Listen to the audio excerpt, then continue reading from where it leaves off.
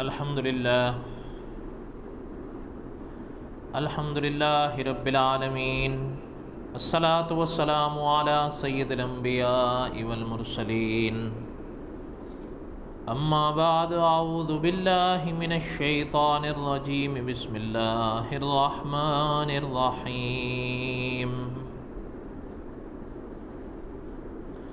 अल्हम्दुलिल्लाहि रब्बिल आलमीन अर्रहमानिर रहीम मालिकि यौमिद्दीन सदक़ल्लाहुल अज़ीम व बल्लगना रसूलुहुन नबियुल करीम व नहनु अला ज़ालिक लमिनश शाहिदीन वश्शाकिरीन वल्हम्दुलिल्लाहि रब्बिल आलमीन। अल्लाहुम्मा सल्लि अला सय्यिदिना व मौलाना मुहम्मदिन व अला आलि सय्यिदिना व मौलाना मुहम्मदिन व बारिक व सल्लिम। तफसीर मक्की के हवाले से हमने चंद बातें कल पढ़ी थी।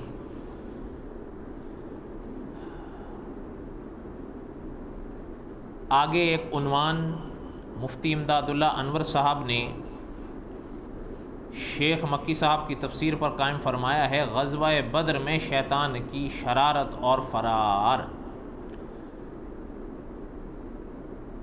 फरमाते हैं शेख मोहम्मद मक्की साहब दामत बरकातुहुम के ग़ज़वा बद्र के अंदर कुफ़ार 1000 का लश्कर लेकर निकले। इब्लीस को पता था कि 1000 के लश्कर का मुकाबला मामूली जमात नहीं कर सकती, तो उस मौके को शैतान ने गनीमत समझा और शैतान एक सरदार की शक्ल में जिसका कबीला जंगजू था और जिससे कुरैश को डर लगता था कि अगर हम मक्के से निकले तो वो कबीला मक्के पर काबिज़ हो जाएगा, तो उसी की शक्ल में आया कि तुम्हें कोई गम करने की ज़रूरत नहीं, मैं भी तुम्हारे साथ हूँ, तुम मुसलमानों को मिटा दो। अब अबू जहल मुतमईन हो गया कि इनका ख़तरा भी टल गया है, बल्कि वो हमारे साथ भी जाने के लिए तैयार हैं। जब मैदान बद्र के करीब आए और हज़रत जिब्राईल और फरिश्ते उतरे, तो चूँकि शैतान देख सकता था, इसलिए शैतान अपनी सवारी को आहिस्ता आहिस्ता पीछे करने लगा। अबू जहल ने कहा कि कहाँ जाते हो? आखिर अबू जहल ने शैतान को पकड़ लिया, तो शैतान ने कहा कि जो मैं देख रहा हूँ वो तुम नहीं देख सकते, मैं तो डरता हूँ, मैं तो आगे नहीं जाता। इब्लीस को बात समझ में आ गई कि अब मलाइका आ गए हैं, कुरैश का बचना मुश्किल है, एक फ़रिश्ता भी आ जाता तो काफ़ी था, लेकिन अल्लाह ने 3000 फरिश्ते उतारे थे उस मौके पर।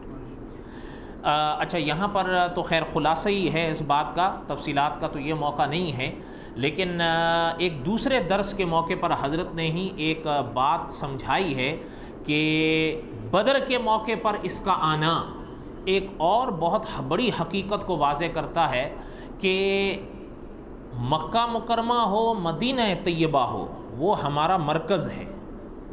बाकी दुनिया में, शेख मोहम्मद मक्की साहब के अल्फाज हैं, बाकी दुनिया में इसके चेले काम करते हैं, किसके? हाँ, लेकिन मरकज़ में ये ख़ुद काम करता है। हाँ, इसलिए ये बसा औक़ात जब वहाँ कोई शख्स हज या उम्रे पर जाता है ना, तो काफ़ी मोहतात रहे। हज़रत का असल में पैगाम भी यही था कि काफ़ी मोहतात रहो, क्योंकि कभी कभी ऐसा भी होता है कि इंसान वहाँ हैरान हो जाता है कुछ चीज़ें कभी कभी देख कर किसी मौके पर, मुतलकन नहीं। लेकिन जैसे एक शख्स ने मक्की साहब से वो कहने लगा कि जी यहाँ ऐसे कैसे हो सकता है? मक्की साहब ने फरमाया, अबू जहल तेरे घर से आया था, वो तेरे मुल्क से आया था, वो भी तो वहीं था। इसलिए हज़रत फरमाते थे कि याद रखना, बाकी दुनिया में उसके चेले काम करते हैं, लेकिन मरकज़ में वो ख़ुद काम करता है। तो दुआ करें अल्लाह ताला हमारे मरकज़ को सलामत रखें।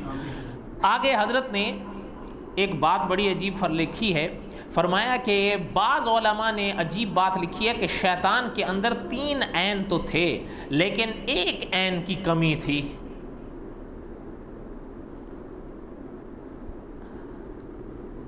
कौन से ऐन? यहाँ तो इजमाल है, कौन से ऐन? आलिम था, आकिल था, आबिद था, आशिक नहीं था। ये कितने? अक्ल किससे शुरू होती है? ऐन से शुरू होती है ना। अक्ल से शुरू होती है, अक्ल ऐन से शुरू होती है। अकल में क्या आता है? ऐन। अच्छा, आबिद इबादत में क्या है? ऐन। और आलिम, आलिम में क्या है? ऐन है। तो 3 ऐन थे। आशिक में जो ऐन आता है उसकी कमी थी।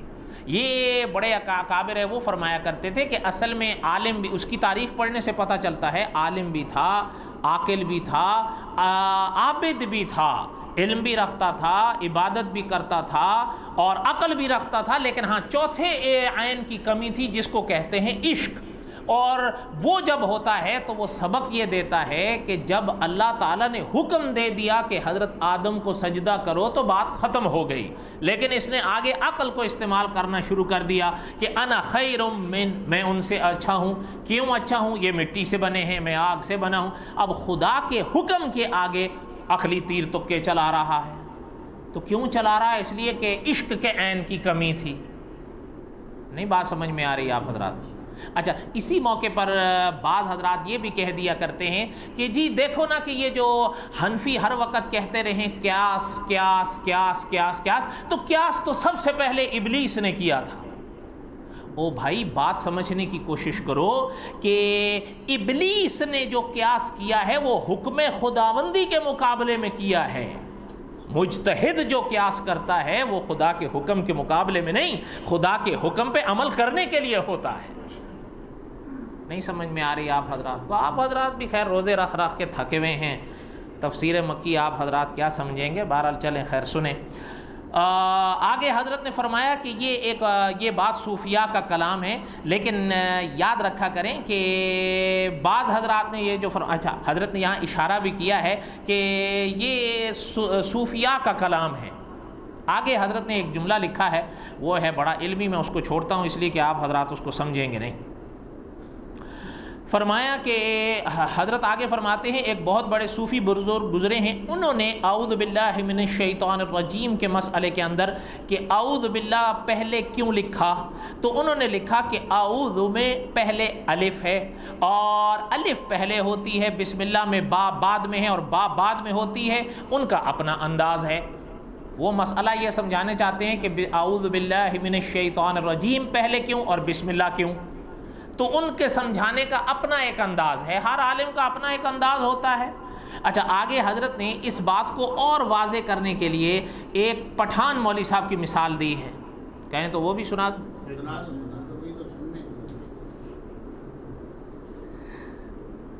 फिर वही नाम आया, हजरत अताउल्लाह शाह बुखारी रहमतुल्लाह अलैह। शेख मक्की साहब फरमाते हैं कि सैयद अताउल्लाह शाह बुखारी रहमतुल्लाह अलैह फरमाते थे कि एक पठान मौलवी साहब तकरीर कर रहे थे। शाह जी फरमाते थे कि मुझे बस इस पर अफसोस रहा कि उनका लहजा पठानों वाला था, वगरना इतनी अच्छी तकरीर आज तक कोई कर नहीं सका। ये शाह जी के अल्फाज हैं जो हकीकतन मुकर्रर थे। और ये तो आप भी समझ सकते हैं ना कि अहले फ़न की तस्दीक ही तस्दीक हुआ करती है। जब मुकर्रर कहे कि सामने वाला मुकर्रर है तो फिर बात बनती है। अब शाह जी ने फरमाया कि मुझे सिर्फ उनके लहजे पर अफसोस रहा कि उनका ज़रा लहजा पठानों वाला था, वरना उन जैसी तकरीर तो। अच्छा, बात क्या थी ज़रा समझिएगा। फरमाते हैं कि जब उन्होंने तकरीर कर ली ना तो मैं उनसे मिला और फरमाते हैं मैंने उनसे कहा कि मौलाना क्या तकरीर की है, काश लहजे के अंदर भी थोड़ा। बहरहाल शाह जी रहमतुल्लाह अलैह फरमाते हैं कि कोई उसको मौलवी माने या ना माने, मैं उनको मौलवी मानता हूँ। अब बात ये आती है कि जानना ये चाहते हैं मौलाना ने कहा क्या था। फरमाते हैं कि तकरीर के दौरान मौलाना से किसी ने पूछा कि कायदानी ने जो नबुव्वत का दावा किया है वो क्या है। अब देखें, बात मिर्ज़ा कायदानी की आ गई, बकौल इनके तो रब्त कोई नहीं। लेकिन ये तो जैसे हमारे पाकिस्तान के बड़े बेहतरीन ख़तीब हैं, वो फरमाया करते हैं कि ये तो एक पाक नहर है, एक दरिया है, कभी कोई लहर मक्के ले जाती है, कोई लहर मदीने ले जाती है। बात समझने की होती है। फरमाया कि बात यह थी कि तकरीर के दौरान मौलाना से किसी ने पूछा कि मौलाना कायदानी ने नबूवत का जो दावा किया है इसके बारे में आपका क्या ख्याल है। तो मौलाना ने कहा कि भाई देखो ज़रा मुझे एक बात तुम समझा दो। मैं तो एक ही बात समझा हूँ कि कुरान पढ़ते जाओ, बा से कुरान शुरू होता है, बिस्मिल्लाहिर्रहमानिर्रहीम, निर्रहीम, और वन्नास के सीन पर ख़त्म हो जाता है। आखिरी जुमला क्या है? मिनल जिन्नति वन्नास। तो फरमाया जब बे और सीन मिले तो लफ्ज़ बनता है बस। जब मेरा नबी आ गया तो नबूवत बस हो गई। ये कहाँ से आ गया है? मैं तो यही समझा हूँ। अच्छा, ये 2 और 2 4 की बात है या नहीं? ये 2 और 2 4 की बात है कि पढ़ा लिखा भी समझ जाए और अनपढ़ भी समझ जाए। अच्छा, मुझे चलते चलते एक बात याद आई, वो भी सुन लें। अगली बात मैं फिर सुनाता हूँ। आपने शायद एक नाम सुना होगा, ज़िम्न में ही मुझे याद आई, सुन लें। मौलाना गुलाम गौस हज़ारवी रहमतुल्लाह अलैह। यानी ये ऐसी ये बात नहीं है कि ये मौलवी साहब यानी कुछ यानी नेशनल असेंबली के रुकन रहे ये। और अगली बात भी बताऊं जो आपके दिल को भाए कि यानी ये दारुल उलूम देवबंद के उस वक़्त के शागिर्द थे जब दारुल उलूम देवबंद में शेखुल हदीस मौलाना अनवर शाह काश्मीरी थे रहमतुल्लाह अलैह। ये उस ज़माने के दारुल उलूम देवबंद के तालिब इल्म थे। अच्छा, मेंबर ऑफ पार्लियामेंट बनने के बावजूद आप मानेंगे ये हाल होता था। नेशनल असेंबली के मेंबर जब थे तब भी ये हाल होता था कि बस को पकड़ने के लिए दौड़ के चढ़ा करते थे। हाँ, और पता है ये बात भी बड़ी अजीब है कि उस उम्र में भी जवानों से ज़्यादा फुर्ती उनमें महसूस होती थी। उम्र पता है ये उस वक़्त की मैं आपको बात बता रहा हूँ जब मौलाना की उम्र 80 के लगभग थी। हो सकता है आप ना माने, आप कहें जी ये कैसे हो सकता है, क्योंकि हमने तो ऐसे देखे हैं। अब हकीकत है अब तो खैर दौर बदल गया है ना, जिस दौर से आप और हम गुजरे हैं तो आप तो जवान नाजुक हो गए हैं, बल्कि अब तो केला खाने से दांत हिले जाते हैं। नहीं, हकीकत है अब तो बहरहाल दौर बदल गया, अब तो किससे ही ख़त्म शुद्ध वो लोग और थे। हकीकत है ये, शायद आप कहें कि जी मैं ऐसी बात नहीं है। मौलाना गुलाम गौस हज़ारवी रहमतुल्लाह अलैह की जो बात मैं आपको बता रहा था, बात ये थी, एक और बात हजरत की याद आई। एक बड़ा कुव्वत वाला नाम रहा आपके मुल्क में। कुव्वत से यहाँ मेरी मुराद है सियासत, बड़ा एक नाम था उसका। दुआ करें अल्लाह ताला रहम फरमाए। वो एक दफ़ा शराब पी रहा था बैठा, इत्तेफाक से मौलाना गुलाम गौस हज़ारवी रहमतुल्लाह अलैह वहाँ आ गए। उन्होंने जो देखा तो हज़रत तो भाग गए। हज़रत ने फरमाया ये क्या कर रहे हो? उसने या हज़रत को चिढ़ाने के लिए या बात को बदलने के लिए कहा कि मैं शेरनी का दूध पी रहा हूँ। मौलाना गुलाम गौस हज़ारवी रहमतुल्लाह अलैह ने उसके उस मौके पर हज़रत ने फरमाया था तुम शेरनी का दूध नहीं सूरनी का पेशाब पी रहे हो। ये जुर्रत थी मौलाना गुलाम गौस हज़ारवी की रहमतुल्लाह अलैह। खैर ये तो ज़िम्नन बात आई। जो बात कहने चला था कि एक दफ़ा एक जलसा हुआ अकोड़ा खटक में। शेखुल हदीस मौलाना अब्दुल हक साहब अकोड़ा खटक रहमतुल्लाह अलैह, ये उस ज़माने का किस्सा है। तो वहाँ हज़रत को भी दावत दी गई, मौलाना गुलाम गौस हज़ारवी रहमतुल्लाह अलैह को हज़रत भी तशरीफ़ लाए और शेखुल इस्लाम मुफ्ती मोहम्मद तकी उस्मानी साहब भी तशरीफ़ लाए थे और उलमा भी थे। जब मौका आया मौलाना गुलाम गौस हज़ारवी रहमतुल्लाह अलैह और मुफ्ती तकी उस्मानी साहब एक महफ़िल में इकट्ठे हुए, तो मुफ्ती तकी उस्मानी साहब ने उनसे एक बात कही मौलाना गुलाम गौस हज़ारवी रहमतुल्लाह अलैह से, जो बात मैं आपको सुनाना चाह रहा था बकौल इनके जहाँ रब्त है कि मुफ्ती तकी उस्मानी साहब ने फरमाया कि हज़रत ये जो आपका लहजा है, बात यह है आप बड़े हैं लेकिन जिस लहजे से आप जो पैगाम आवाम को देना चाहते हैं, अक्सर औकात ख़ासकर पढ़ा लिखा तबका वो ये बातें इस लहजे में सुनकर करीब आने के बाद दूर भाग जाता है। तो अगर यही पैगाम थोड़ा सा नरमी के साथ समझा दिया जाए तो बेहतर। बात समझ आई?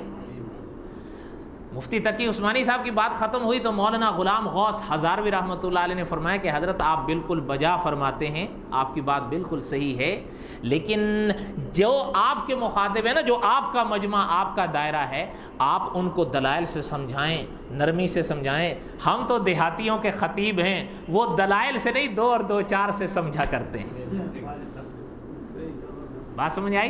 तो पठान मौलवी साहब की जो बात थी ना, वो साहिल जिस तरह का था ना कि ये कहाँ से आ गया, फरमाया बे से कुरान शुरू हुआ, सीन पे ख़त्म हो गया, जब लफ्ज़ बन गया बस तो नबूवत तो हुजूर पे बस हो गई, ये कहाँ से आ गया है? तो सामने जो होता है ना, कभी आप भी कहेंगे जी ये कैसा जवाब था, जवाब ऐसा था जैसे सामने साहिल, तो उसका जवाब उसके मुताबिक देना चाहिए ताकि बात समझ आ जाए। जैसे कि हमारे एक आलिम ने मुझे नसीहत की कि आप अपने मसलक को बयान करो, हो सकता है कि 10 लोग आपके दलाइल से नहीं अकीदत से मानेंगे। कोई बात समझ में आई आपको? तो खैर बहरहाल ये तो ज़िम्नन बात आई।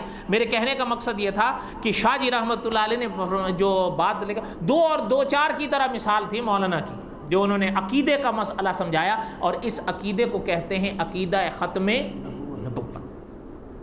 आगे बात सुने। औज़ु बिल्लाहि मिनश शैतानिर रजीम के ज़िम्न में शेख मोहम्मद मक्की साहब एक हदीस लाए हैं, उसको गौर से सुने। हदीस है, जब सुबह की नमाज का वक्त करीब हो तो शैतान आकर थपकियां देता है। कभी आंख खुलती है ना कि ज़रा आप उठ जाएं, तो वो पास आ जाता है, सो जाओ। अब वो फिर उठता है, आंख थोड़ी यूं करता है, वो कहता है अभी 10 मिनट बाकी हैं, 10 मिनट सो जाओ, इतनी जल्दी उठ के क्या करोगे? फिर लंबा हो जाता है। उसके बाद फिर आंख लगती है, फिर आंख खुलती है कि वो वक्त करीब है, वो फिर कहते नहीं सो जाओ, सो जाओ, अभी है, अभी तो 15 मिनट, इतनी गुंजाइश है, दीन आसान है, तेरी इबादत से अल्लाह ताला की कायनात में कौन सा इजाफा हो जाएगा, सो जाओ, क्या फ़र्क पड़ता है? और नहीं तो अभी तौबा का दरवाज़ा तो खुला हुआ ही है, ऐसा ही है ना। फरमाया फिर सुला देता है जब जमात हो जाती है और नमाज का वक्त ही ख़त्म हो जाता है, तो हदीस में फरमाया गया कि फिर इसी शख्स के कान में वही शैतान पेशाब करके चला जाता है कि जब खुदा का हुक्म पूरा नहीं कियो, अब तुम इसी लायक हो, यही कियो, यही चखो। अब कहाँ करके जाता है? अच्छा, आगे हजरत ने एक बड़ी अजीब बात लिखी है, वो भी सुन ले। फरमाया कि इसलिए कहते हैं कि जब जहन्नमी जहन्नम में उसको देखेंगे तो जहन्नमी कहेंगे इसको पकड़ो। किसको?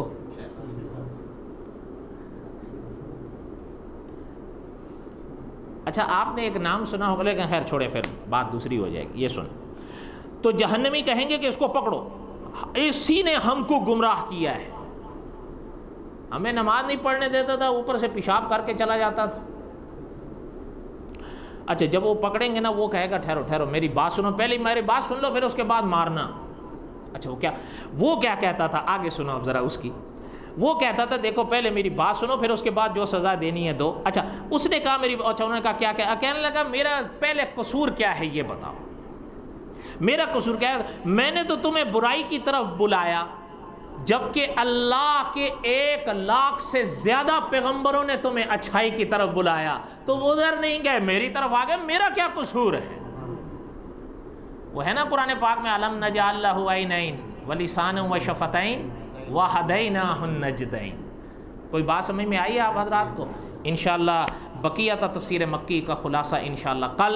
अल्लाह ताला के आपके और हम सब के हामी और नासिर हों, और दुआ करें कि अल्लाह ताला हमें अमल करने की तौफीक नसीब फरमाएँ। व सल्लल्लाहु ताला अला खैर खल्क़िही मुहम्मद व आलिहि व अस्हाबि इलाहुल आलमीन। जो कुछ कहा गया सुना गया आप कबूल फरमाएँ, कहने सुनने के बाद हम सबको अमल करने की तौफीक नसीब फरमाएँ। व मा अलैना इल्लल बलागुल मुबीन।